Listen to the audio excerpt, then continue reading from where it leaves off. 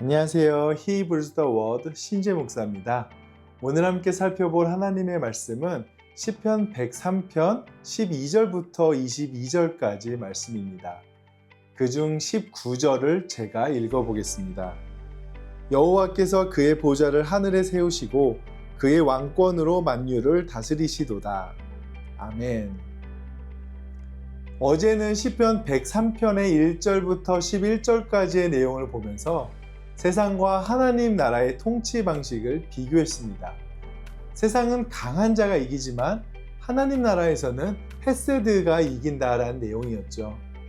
그리고 오늘 12절부터 22절 말씀은 그 선언이 한 사람의 삶을 넘어 공동체와 온 세상에 미치는 실제 통치라는 것을 보여줍니다. 그리고 이 통치가 어떤 성격의 통치인지 점점 더 분명하게 드러나죠. 먼저 12절 말씀을 보게 되면요.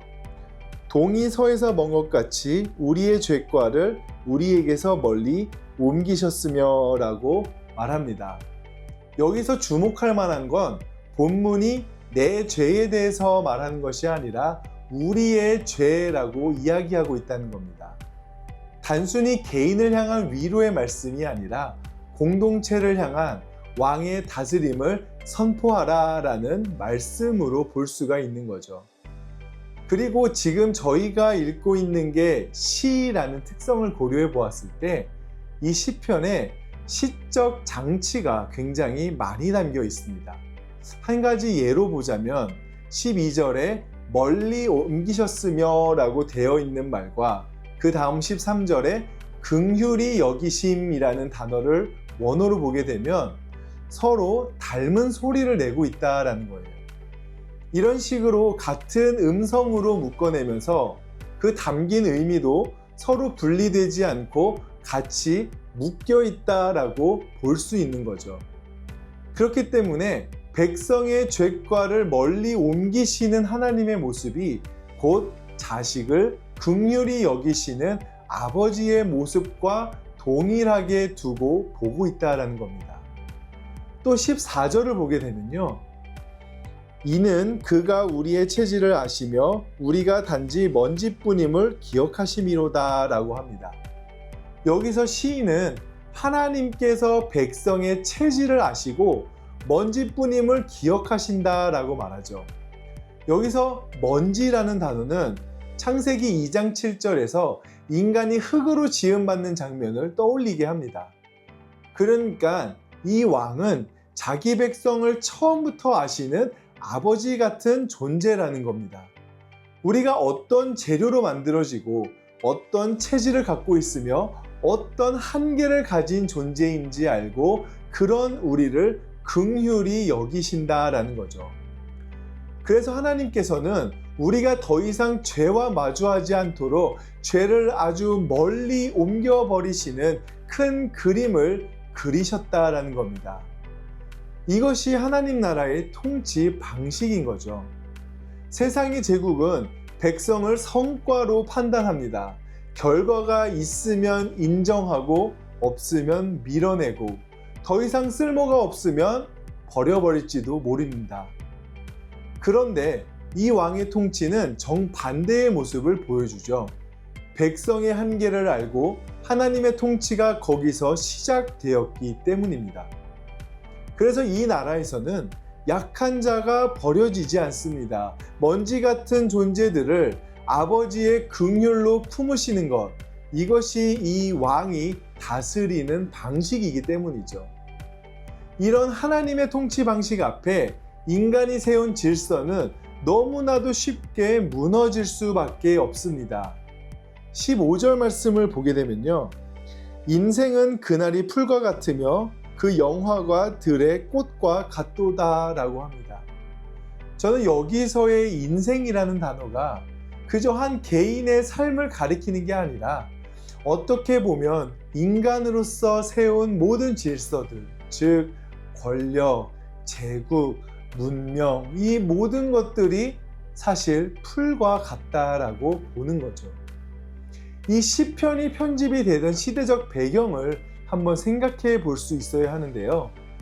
이스라엘이 나라를 잃고 성전이 무너지고 다윗 왕조가 끝나고 포로로 끌려가던 때였습니다.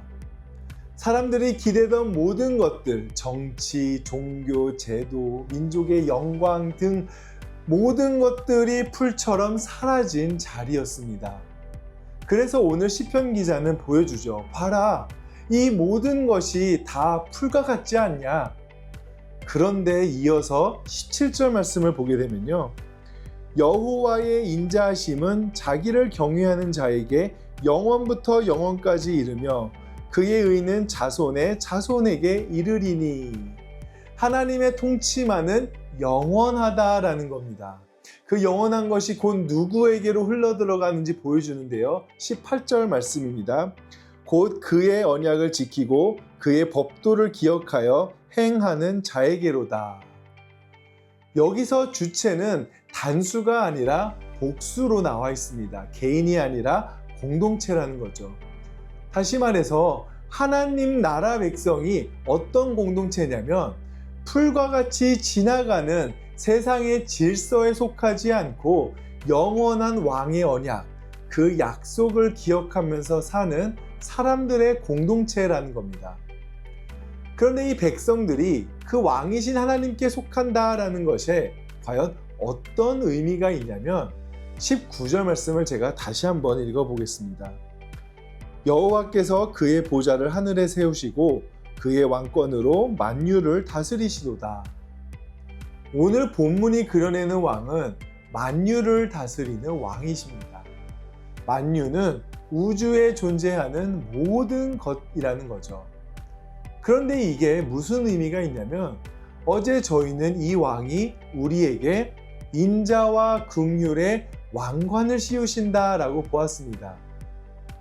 그리고 이 두 장면을 같이 보게 되면은 하나님 나라가 어떤 질서로 움직이는지가 분명해지죠. 왕이 다스리는 방식이 바로 백성이 살아내야 하는 방식이 된다라는 겁니다. 하나님께서 만유를 인자와 긍휼로 다스리신다면 우리가 쓴 왕관도 결국 같은 재료여야 한다라는 거죠. 내가 이웃을 대할 때, 내가 공동체에서 약한 자를 대할 때, 내가 세상의 힘의 논리와 맞닥뜨릴 때 그 순간마다 우리가 쓴 왕관이 드러나야 한다라는 겁니다. 인자와 긍휼로 말이죠. 이것이 만유를 다스리는 하나님의 통치가 이 땅에 드러나는 방식이기 때문입니다. 왕이 보좌에서 혼자 다스리시는 게 아닙니다. 자기 백성에게 왕관을 씌워주셔서 그 백성을 통해 자기 나라가, 하나님 나라가 드러나도록 하시는 겁니다. 오늘 이 말씀을 들으시는 여러분들께 이런 영적인 도전이 있기를 원합니다. 세상은 오늘도 강한 사람이 이기는 질서로 움직입니다. 경쟁에서 이기는 사람이 왕관을 쓰는 게 세상의 방식이기 때문이죠. 그런데 하나님께서는 우리에게 다른 왕관을 씌워주신다고 하셨습니다. 그 왕관은 내 성취로 받은 게 아니죠. 만유를 다스리시는 왕이 직접 씌워주신 인자와 긍휼의 왕관입니다. 그렇기에 오늘 하루 여러분들이 쓴 그 왕관의 재료인 인자와 긍휼로 여러분들께 가장 가까이 있는 사람들에게 그 왕관이 드러나지기를 원합니다. 배우자일 수도 있고요, 자녀일 수도 있고, 직장 동료나 비즈니스 고객이 될 수도 있겠죠. 세상의 논리대로라면 외면당하는 사람들, 밀어내도 되는 사람들일 수도 있습니다. 그런데 그 하나의 자리에서 우리가 다른 질서, 즉 하나님 나라의 질서를 선택하는 순간 하늘 보좌에서 시작된 그 통치가 여러분들의 일상의 그 자리에 드러날 줄 믿습니다. 그것이 우리가 이 땅에서 하나님 나라를 살아내는 방식이기 때문입니다. 그리고 그것이 오늘 말씀이 우리에게 보여주는 길이라는 거죠. 이 길을 걷는 저와 여러분 모두가 되시길 예수님의 이름으로 축복합니다. 함께 기도하겠습니다. 온 만유를 다스리시는 하나님 아버지, 그 만유를 다스리시는 하나님께서 저희를 아버지가 자식을 긍휼하게 여기듯이 저희의 체질을 아시고 또 먼지같이 약한 존재임에도 그 약한 존재를 아시기에 저희를 거두시고 사랑해 주시고 당신의 백성으로 삼아 저희로 하여금 당신의 그 인자와 긍휼의 왕관을 쓰게 해주심에 감사합니다. 이제는 저희가 세상의 왕관을 탐하지 않고 하나님께서 주신 왕관을 쓰고 인자와 긍휼의 모습으로 백성다운 삶을 살아내기를 원합니다. 우리 가장 가까운 사람에게서부터 그 인자와 긍휼의 모습이 드러나지게 하여 주시고 그곳에 하나님 나라가 일어나게 하여 주셔서 우리의 일상 영역에서 시작되는 그 하나님의 나라가 점점 펼쳐지도록 주님 이끌어 주시고 용기를 허락하여 주시고 담대함을 주시고 이겨내게 하여 주시옵소서. 늘 그렇게 주님께서 큰 그림을 그리시고 우리를 죄과로부터 멀어지게 하시는 큰 그림 가운데에 우리를 초대하시고 항상 함께 해주실 줄 믿습니다. 그 주님을 늘 따르길 원하오며 언제나 항상 함께 하기를 원하오며 주의 아들 그리스도 예수님 이름으로 기도드렸습니다. 아멘.